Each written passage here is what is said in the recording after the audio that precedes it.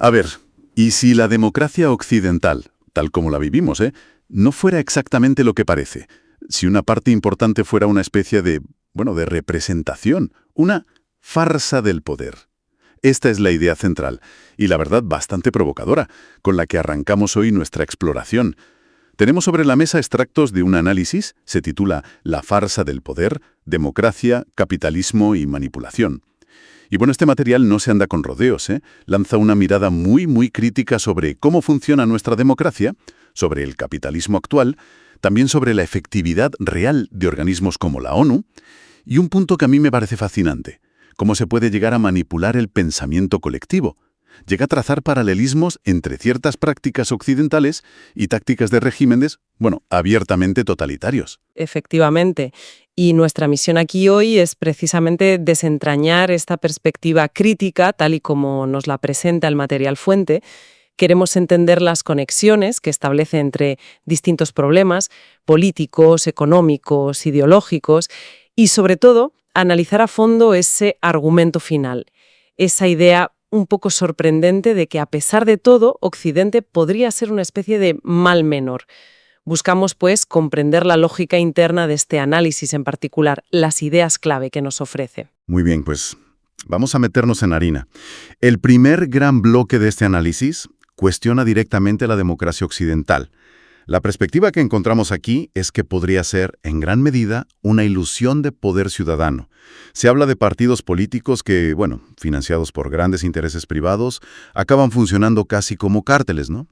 Que monopolizan el poder y ofrecen en las elecciones opciones que, en la práctica, son muy limitadas, que no permiten un cambio real de dirección. El foco se pone claro en la desconexión entre la ciudadanía y quienes toman las decisiones. Y lo que resulta particularmente interesante, yo creo, es cómo el material conecta esta sensación de desconexión con mecanismos de control más profundos. No se queda solo en la crítica superficial, digamos. Describe un escenario donde los políticos parecen responder más a las presiones de grupos de interés, de donantes, que a las necesidades reales de la población. Decisiones clave que se toman, pues, lejos del escrutinio público, una corrupción que llega a percibirse como algo casi normalizado. Todo esto, argumenta la fuente, genera una profunda desconfianza y apatía política. Una despolitización que, ojo, no es necesariamente un accidente. Espera, ¿a qué te refieres con que no es un accidente? ¿Sugiere el texto que esta desafección es buscada o instrumentalizada de alguna manera? Pues el texto es bastante incisivo en este punto. A ver, no habla de una conspiración coordinada, claro, pero sí sugiere que esta desconexión funcional sirve para mantener el statu quo. Argumenta que una ciudadanía desmovilizada, escéptica, es menos propensa a exigir cambios estructurales profundos. Y aquí es donde establece un paralelismo que la verdad hay que pensar. Compara esta apatía inducida por el sistema con la forma en que los regímenes totalitarios buscan activamente anular la participación ciudadana y el pensamiento crítico para consolidar su poder. La fuente plantea que, aunque los métodos son distintos, uno más basado, digamos, en la decepción y la complejidad del sistema, el otro en la represión directa, el resultado final, bueno, una población alejada de las palancas reales del poder puede tener ciertas similitudes funcionales. Es una afirmación fuerte, desde luego. Entendido. Sí, es una perspectiva que obliga a mirar los mecanismos democráticos con otros ojos, ciertamente. Vale, pues pasemos ahora a otro pilar cuestionado en estos textos. La Organización de las Naciones Unidas, la ONU. La visión que se extrae del material es, bueno, francamente demoledora. La describe como una entidad esencialmente burocrática, ineficaz en la práctica y a menudo paralizada por la propia estructura del Consejo de Seguridad, con ese famoso poder de veto en manos de unos pocos países. El texto recuerda ejemplos que, bueno, todos tenemos en mente, conflictos que se eternizan, crisis humanitarias frente a las que parece haber poca respuesta real, y una justicia internacional que a veces da la impresión de aplicarse de forma muy selectiva. El análisis que nos proporcionan las fuentes atribuye esta ineficacia percibida a varias causas estructurales. Primero, argumenta que la ONU, lejos de ser un ente autónomo que impone un orden justo, es fundamentalmente un espejo de los desequilibrios de poder que ya existen en el mundo. No los corrige, sino que los refleja, y en cierto modo hasta los legitima. Segundo, sugiere que su funcionamiento tiende a preservar el status quo que beneficia a las élites globales, tanto políticas como económicas. Y tercero, plantea que actúa como una especie de fachada de multilateralismo, de cooperación, que en la práctica puede ocultar relaciones de poder y dominio bastante asimétricas. Entonces, según esta perspectiva, la ONU no sería tanto una solución fallida, sino más bien un reflejo de la política de poder global, con sus limitaciones inherentes. El texto sugiere si este estado de cosas es un fallo de diseño original o más bien el resultado de cómo los Estados miembros la utilizan. Pues la visión que presenta el material parece inclinarse más hacia lo segundo, aunque reconoce fallos de diseño, ¿eh? Argumenta que la estructura del Consejo de Seguridad es un problema evidente, claro, pero el problema de fondo radicaría en que los estados más poderosos utilizan la organización para sus propios fines, bloqueando acciones que no les convienen y promoviendo aquellas que sí. En este sentido, la califica como un espejo de la hipocresía global, un foro donde se pronuncian grandes discursos sobre paz y derechos humanos, pero que carece de la voluntad política colectiva o de los mecanismos coercitivos reales para imponer esos ideales cuando chocan con intereses poderosos. Sirve, según esta lógica, más para gestionar crisis dentro del sistema existente que para transformar las causas profundas de esas crisis. Una visión ciertamente pesimista sobre el multilateralismo actual, sí. Y esto nos conecta perfectamente con el siguiente gran bloque crítico del material, el modelo capitalista occidental. Aquí la crítica es doble y, la verdad, muy contundente. Por un lado, se aborda lo que denomina el riesgo de colapso ecológico. Habla sin tapujos del agotamiento de recursos naturales, la contaminación generalizada, la crisis climática, todo ello impulsado, según el texto, por una lógica intrínseca al sistema, esa necesidad imperante de crecimiento económico constante, sin considerar los límites biofísicos del planeta. Exacto. Y la segunda vertiente de la crítica se centra en la dimensión social, la desigualdad.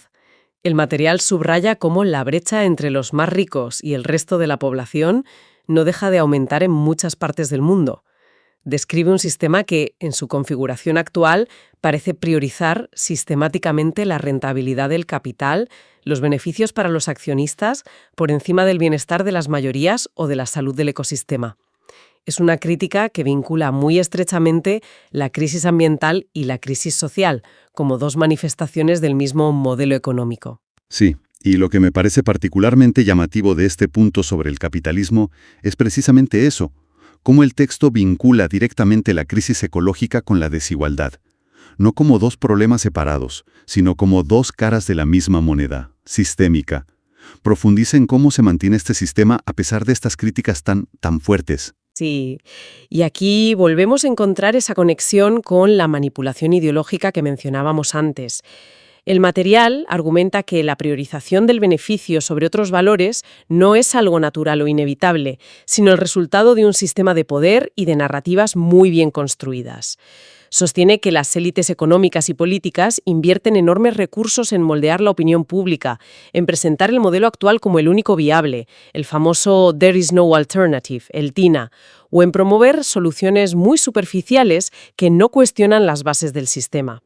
Y aquí es donde el texto establece de nuevo un paralelismo, inquietante, con los regímenes totalitarios. Otra vez el paralelismo.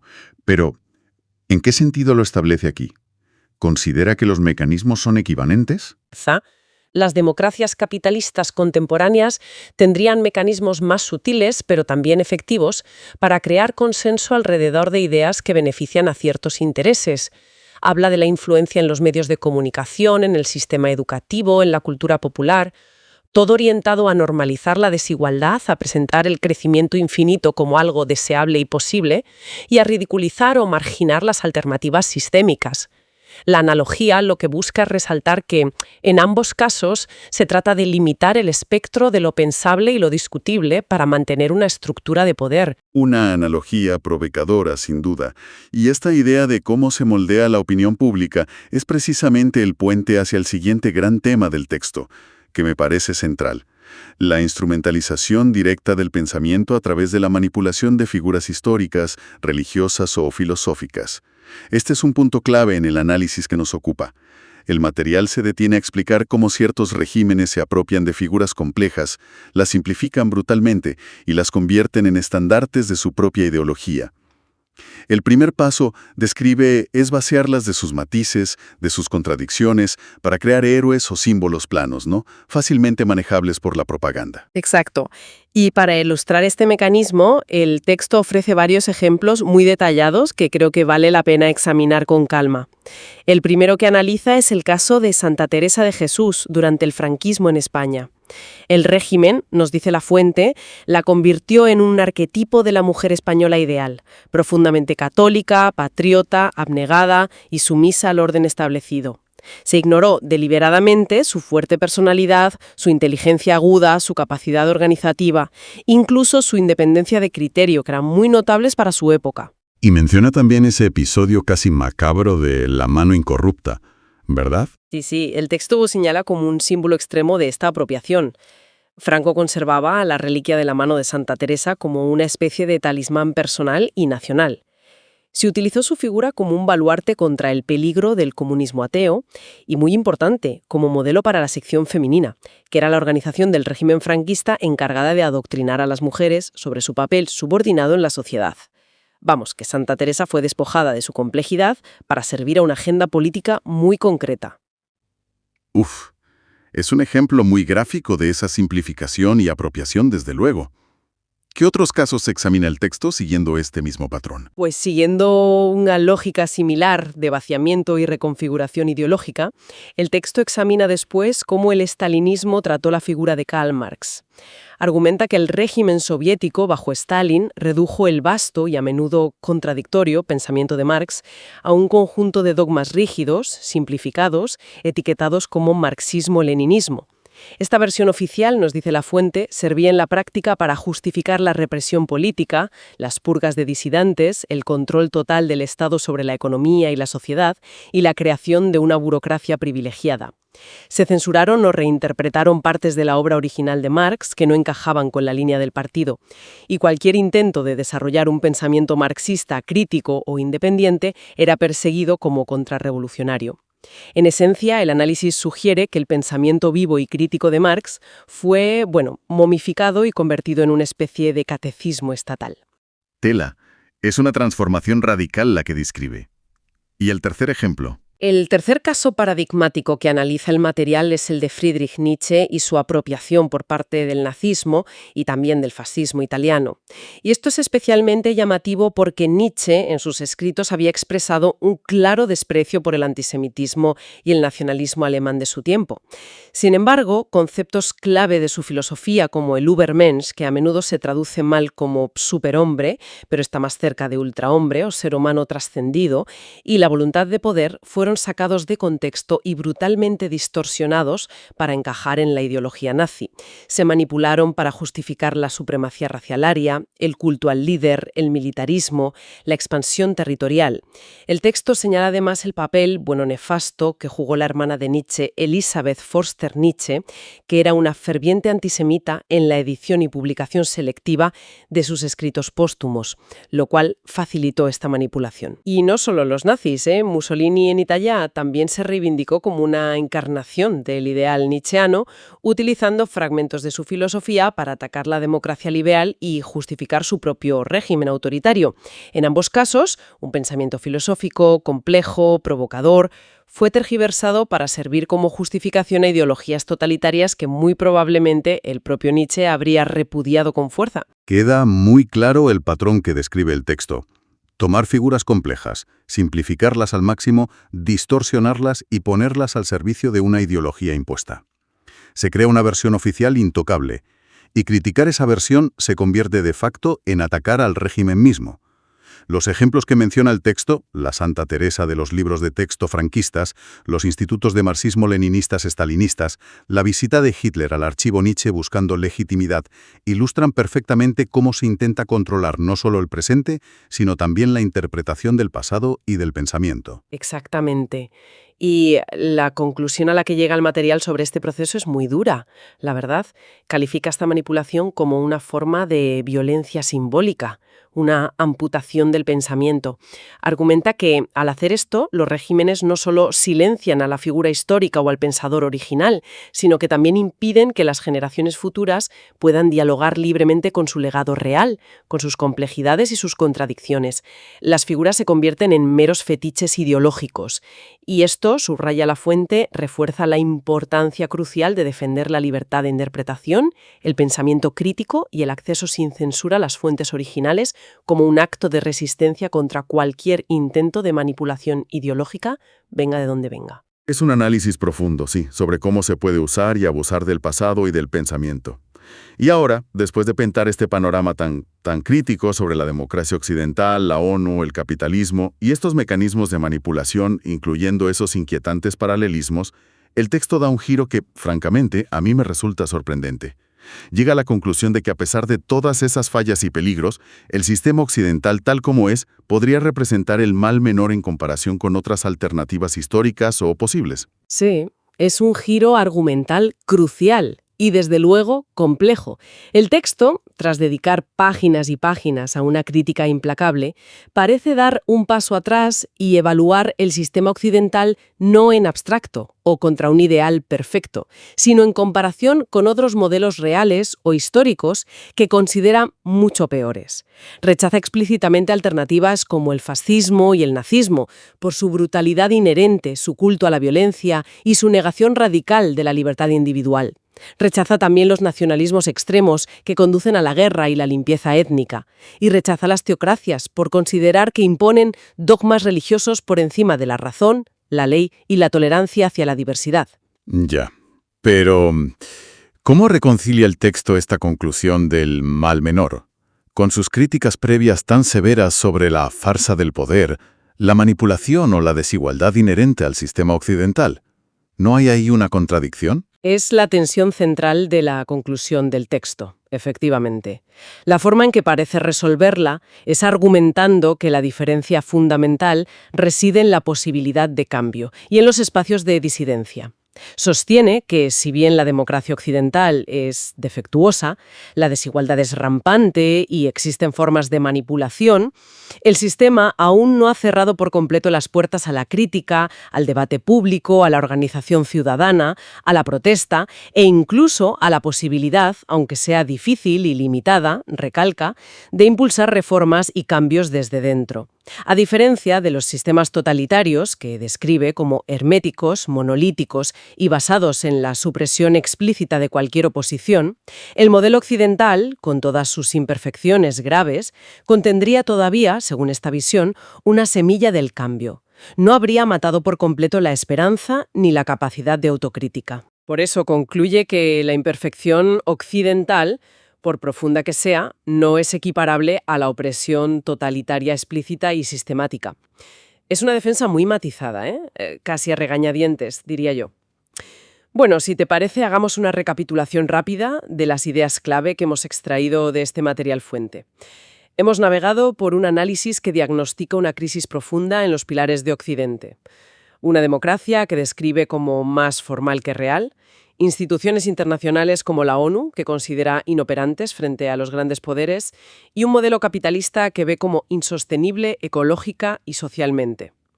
Hemos profundizado en su análisis sobre cómo se instrumentaliza el pensamiento, trazando esos paralelismos históricos entre la manipulación en regímenes totalitarios, usando los ejemplos de Santa Teresa, Marx y Nietzsche, y formas que considera análogas, aunque más sutiles, en las sociedades occidentales actuales. Y finalmente, hemos llegado a esa conclusión compleja, casi paradójica, del mal menor. La idea de que, pese a todo, este sistema imperfecto es preferible a las alternativas totalitarias conocidas, porque aún conserva, al menos teóricamente, espacios para la disidencia y la posibilidad de transformación. Y yo creo que detenernos a explorar esta perspectiva crítica, por dura que pueda parecer, tiene una relevancia clara hoy en día. Nos ayuda a poner nombre quizás a muchas de las tensiones y contradicciones del mundo en que vivimos.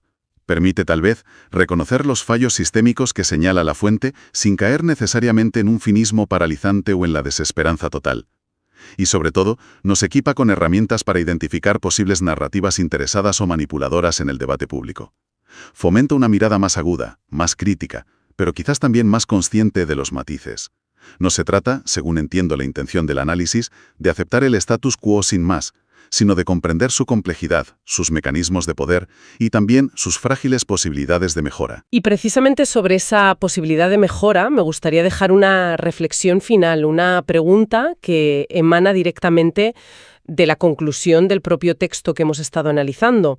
El análisis termina abogando con fuerza por la necesidad de reformar el sistema occidental desde dentro, fortalecer la democracia para hacerla más participativa y real, buscar una distribución más justa de la riqueza, combatir activamente la manipulación ideológica, afrontar la crisis ecológica. Todo esto para evitar un colapso, la tentación de caer en alternativas autoritarias consideradas peores. Ahora bien, si como el propio análisis ha argumentado extensamente, el sistema tiene mecanismos intrínsecos muy poderosos para proteger los intereses de las élites, para absorber o neutralizar la crítica y para resistir cambios estructurales profundos, la pregunta que queda flotando es ¿dónde reside la verdadera palanca para esa transformación que el texto considera tan urgente y necesaria? Basta la conciencia crítica de la ciudadanía, por extendida que esté, para impulsar esas reformas estructurales, democráticas, económicas, culturales, frente a las inercias y resistencias del propio sistema. El material nos deja, con este desafío, una cuestión abierta sobre la viabilidad real del cambio que propone.